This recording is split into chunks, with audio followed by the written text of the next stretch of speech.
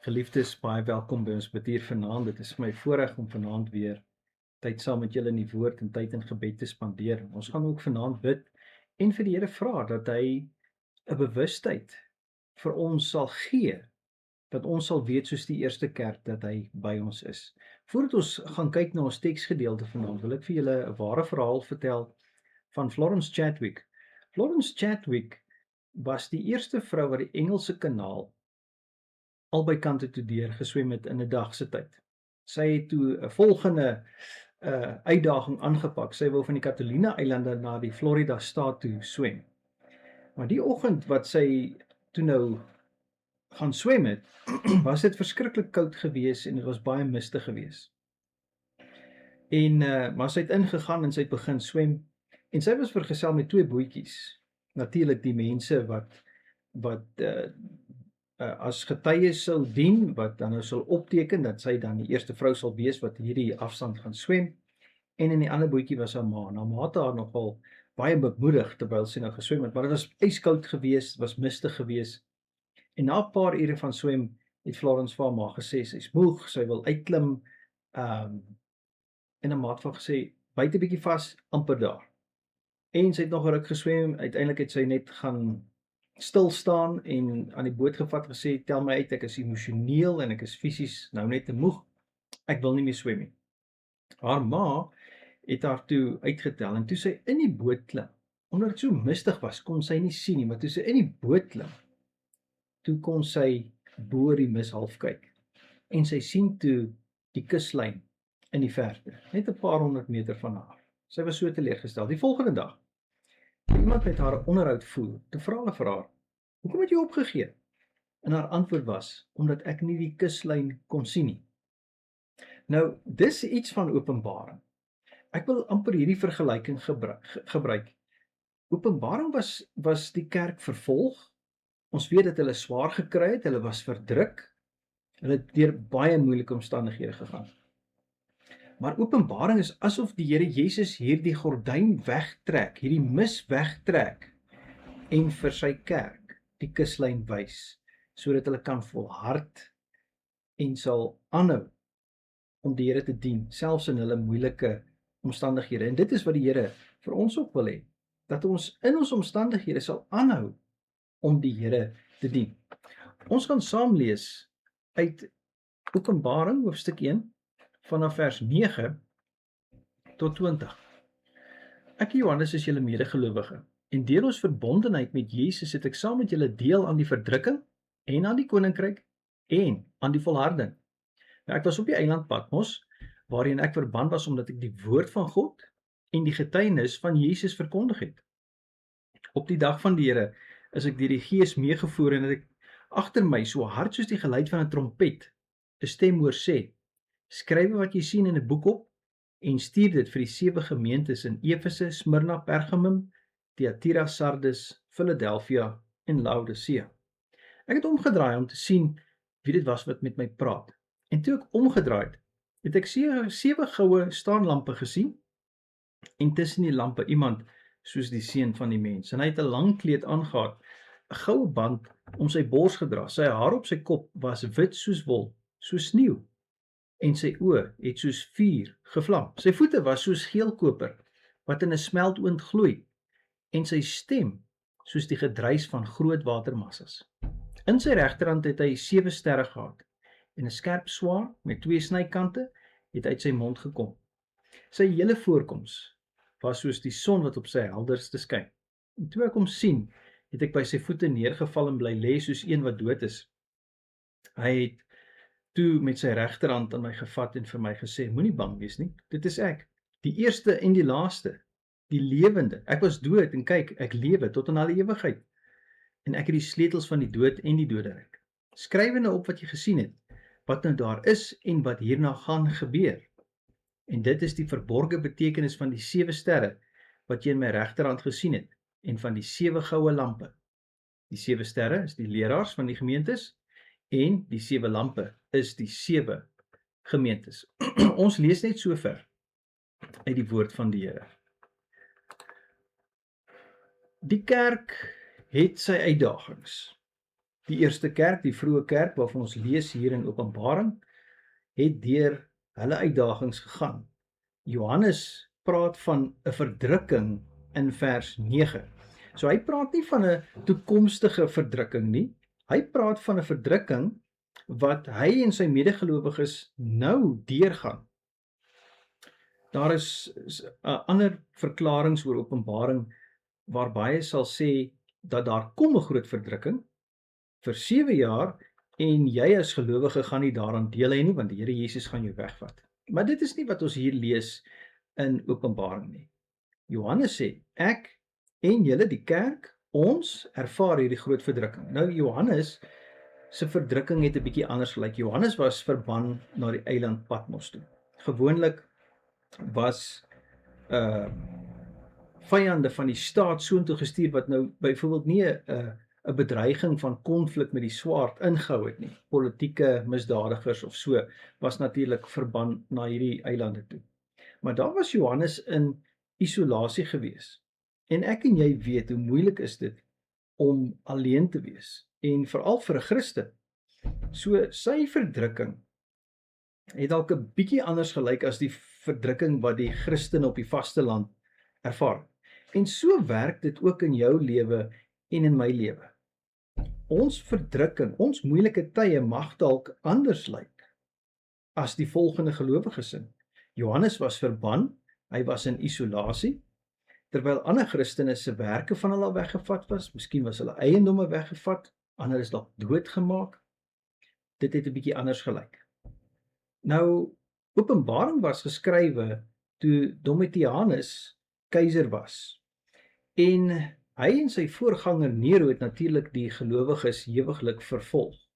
Ons weet dat Nero in 64 na Christus het Rome afgebrand, of 'n stuk van Rome, en hy die Christene daarvoor geblameer, en natuurlik is die Christene ewiglik vervolg gedurende Nero se tyd. Na Nero het 'n paar ander keisers maar kortliks geheers, en toe het Domitianus keiser geword.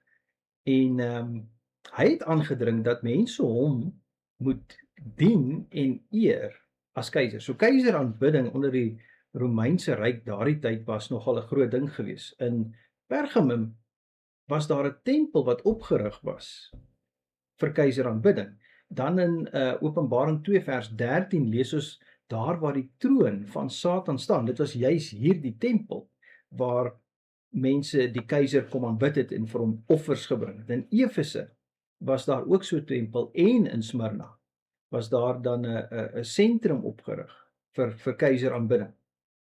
Nou die meeste Christene het geweier om dit eenvoudig te doen, want hulle het hulle geloof in Jesus bely en hulle het gesê Jesus alleen is Here en God. So om jou geloof te bely was gevaarlik geweest.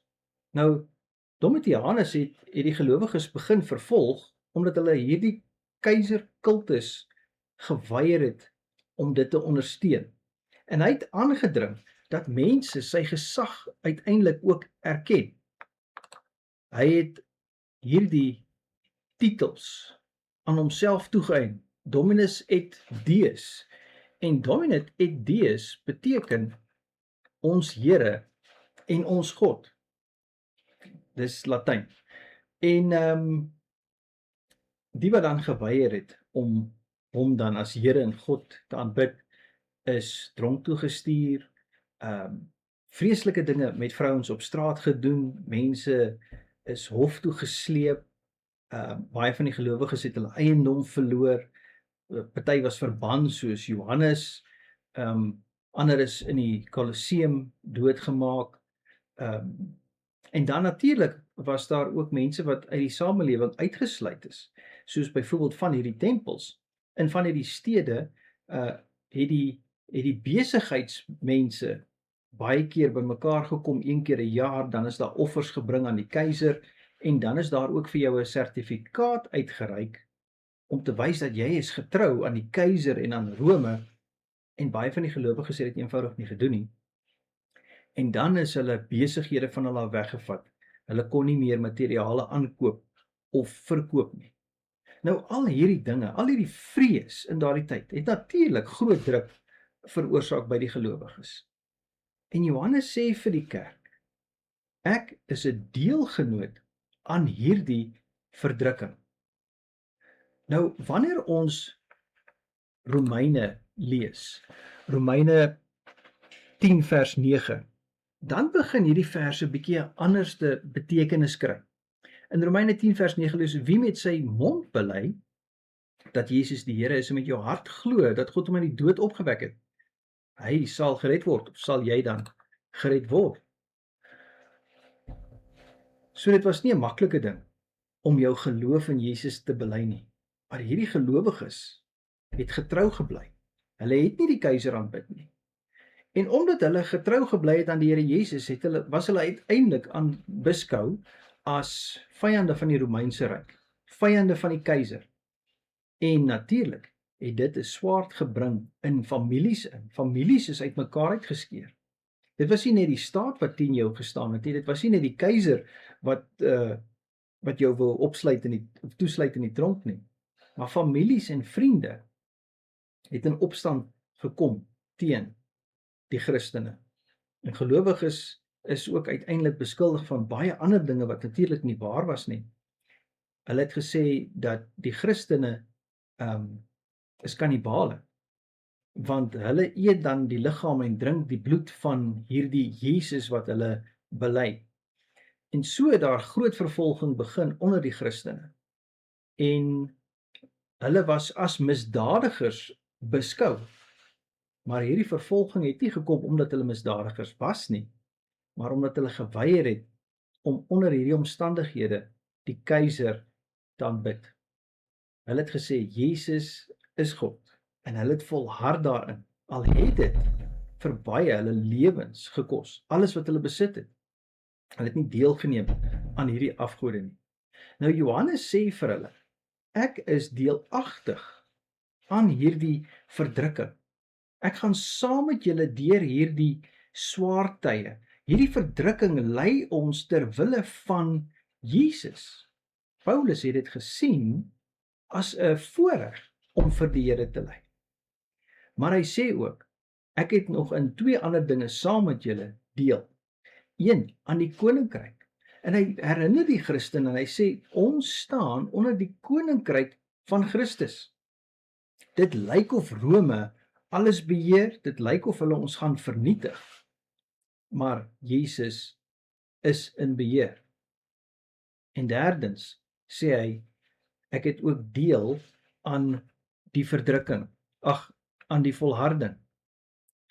En dit is baie belangrik dat hy dit noem, want hierdie kerk moes volhard en hulle moes aanhou om te getuig onder hierdie omstandighede. Nou ons as gelowiges vandag gaan deur dieselfde dinge. Ek dink ons deel ook aan hierdie 3 dinge. Ons deel ook aan verdrukking. Ons verdrukking mag dalk anders lyk, maar op een of ander manier ervaar ons as kerk en as individue weerstand. Ons verdrukking. En dit kom as gevolg van ons verhouding met die Here Jesus Christus, as gevolg van die feit dat jy aan die waarheid wil vashou. Dit kan spot wees, dit kan uitsluiting wees, dit kan druk wees om kompromie te maak. Ons deel ook aan die koninkryk, want jy bely Jesus Christus, en daarom het jy deel aan sy koninkryk. Net soos daardie kerk word ons ook vandag opgeroep om te volhard. Ons weet dat die lewe nie altyd maklik is nie. Ons weet dat ons in 'n geestelike stryd is, en om te volhard vra alles van jou en my. Dis moeilik. Nou, dit was basies die tema van Openbaring. Die wêreld lyk asof dit wen, maar Jesus is in totale beheer. Dit lyk asof ons alleen staan, maar Jesus is by ons, en dit sien ons dan in die beeld waar Jesus die 7 sterre, die leraars van die kerk, in sy regterhand vashou en tussen die lampstaanders beweeg, wat simbolies is vir die kerk. En daaraan moet hulle wat die brief ontvang het vashou, maar ons ook vandag, 2000 jaar later. Dan ewe skielik draai die hele fokus hier. En Johannes begin kyk na hierdie indrukwekkende beskrywing wat hy gee van die Here Jesus Christus. En in sy beskrywing, ekskuus, praat hy dat Jesus het 'n lang kleed aan. Nou ons weet gewoonlik in die Ou Testament was dit die priesters wat 'n lang kleed gedra het, of iemand met hoë gesag, gewoonlik 'n koning. Wat dit simboliseer is, Jesus is sy mense se hoëpriester. Jesus is die koning, hy heers met gesag. Hy dra dan hierdie goue gordel of band om sy bors. Natuurlik verwys dit weer na die waarheid, na sy koninklike majesteit.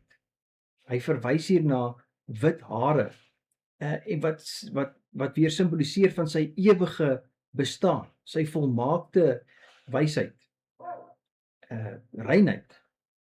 En dit is 'n beskrywing wat ons sterk herinner aan Daniël 7 vers 9. Terwyl ek kyk, is daar trone reggesit en 'n oue van daar het gaan sit. Sy klere was wit soos sneeu en die hare van sy hoof soos skoon wol. So hierdie beskrywing word hier aan Jesus gegee. Nogal 'n indrukwekkende beeld wat Johannes hier sien van die Here Jesus, maar wat nogal bietjie vrees kan inboesem, is die feit dat sy oë soos vuur gebrand het. Nou wat beteken dit? Dit beteken Jesus sien alles. Niks is vir hom verborge nie. Nie sonde nie, maar ook nie jou vrees nie, ook nie jou trane nie, ook nie jou pyn nie. Hy ken die waarheid, hy deurgrond alles. Hy kyk na die hart, en Jesus is daarom die regverdige wanneer dit kom by oordeel. En vir die kerk is dit 'n baie groot troos. Die Here sien alles waardeur ons as geloofsgemeenskap, maar ook as individue heiliglik gaan. En dan lees ons van sy voete wat blink soos koper. Dit wys dat Jesus staan standvastig, hy's onwankelbaar. Hy kom in krag, in waarheid. Dis die voete waarmee hy wandel en oordeel is sterk, suiwer en onwankelbaar. Johannes gaan aan en hy sê dat Jesus het ook 'n stem soos baie water. Hy hoor die gedruis van baie water. Nou, ek en jy weet hoe ver kan 'n mens 'n rivier wat afkom hoor, of die see se golwe, veral ons wat nou nie gewoond is om by die see te bly nie. Maar wanneer Jesus praat, dan praat hy kragtig en sy woorde is finaal. Kyk, niks kan water keer nie. In Japan het hulle mure gebou om tsunamies te probeer keer. En dit help nie. Ons het gesien in die 2004 tsunami hoe daai golwe, daai water treinspore vat en hulle soos koeksisters buig. Ongelooflik. En dit is die stem waarmee Jesus praat. Tweedens, laastens praat Johannes oor 'n tweesnydende swaard. En dit kom uit sy mond uit. Dis nie in sy hand nie. Met ander woorde, Jesus gaan veg met die woord wat uit sy mond uitkom. Dit is die woord wat hy mee gaan oordeel, waarmee hy gaan regeer en waarmee Jesus self gaan oorwin. Sy woord is die waarheid en sy woord sal kan onderskei tussen wat reg is en verkeerd is. En Johannes herinner die kerk hieraan. Jesus gaan oordeel deur sy woord. En sy gesig en sy voorkoms het geblink soos die son. En dit simboliseer natuurlik Jesus se heerlikheid, sy goddelikheid, sy majesteit, sy heiligheid. Dit was ook iets wat die disippels gesien het op die berg, toe die voorkoms van die Here Jesus so verander het en sy klere so geblink het. Maar nou gaan Johannes verder.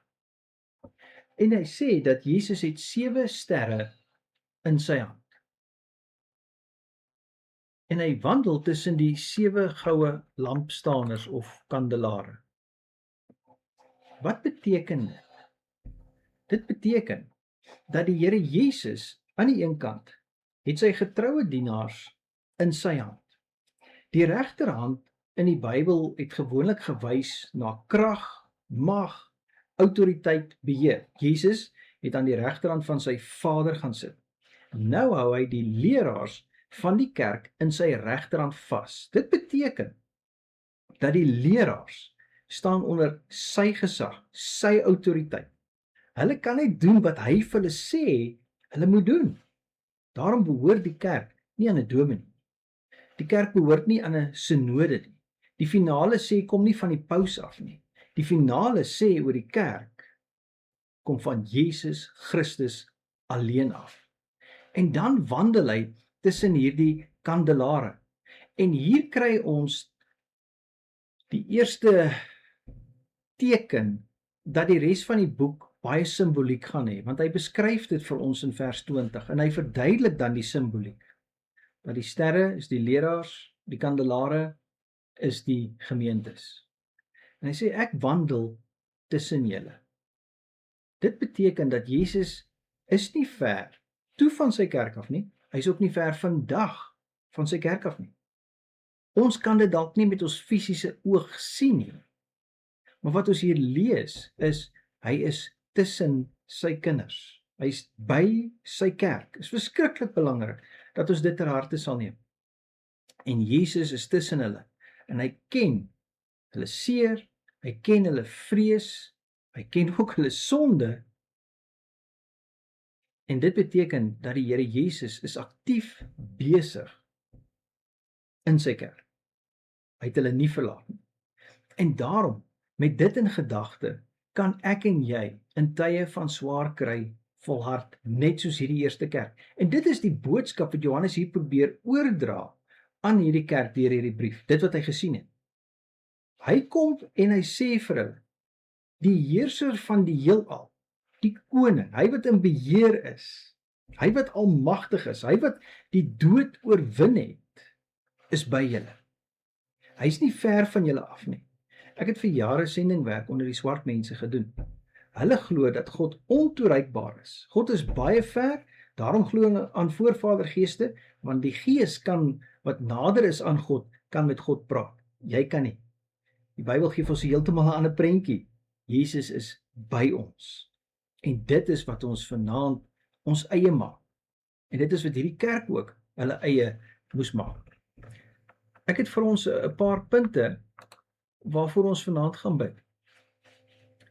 In die eerste plek wil ons graag bid vir 'n bewustheid van Christus se teenwoordigheid. Dat hy hier is by ons kerk. Ons kan weet dat Christus is by ons families, hy is by ons kinders. Ons gaan bid dat vrees sal plek maak vir geloof, dat ons nie moedeloos sal word as dinge buite ons beheer is nie. En daarom bid ons vir 'n groter visie van Christus se heerlikheid, soos wat Johannes ook hier gesien het en verduidelik het aan die gemeente. Ons bid vir reinheid en getrouheid as gemeente. En ons gaan laastens bid dat die hoop wat ons het nie uitsig sal, dat ons dit nie uitsig sal verloor nie. Kom ons raak stil en ons bid saam. Hemelse Vader, ons wil kom bid vir 'n bewustheid dat Jesus by ons is. Baie keer wanneer die lewe gebeur, wanneer die lewe moeilik raak, dan voel ons alleen. Wanneer tye onseker word, dan voel ons asof ons die lewe op ons eie moet aanpak. Maar hier wys die woord vir ons, U is tussen ons, by ons. En daarom kan ons vanaand weet dat U by ons is as kerk, by ons families, by ons eggenote, by ons kinders. Ons bid ook, Here, dat die vrees wat by van ons dalk opgekom het, sal plek maak vir geloof. Dat ons sal vashou aan die beloftes. Ek bid ook, Here, dat ons nie sal moedeloos raak oor die dinge wat buite ons beheer is nie. Die duiwel wil hê ons moet moedeloos word.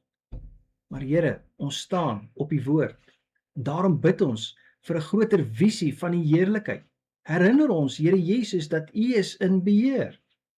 Ek bid ook vir ons as kerk. Ek bid vir reinheid, vir getrouheid as gemeente.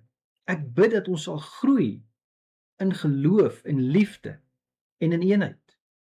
En laastens bid ons Here, dat die hoop wat U vir ons gegee het, in Jesus Christus, dat ons dit nie uit sig sal verloor nie. Ons bid dit in Jesus se naam. Amen.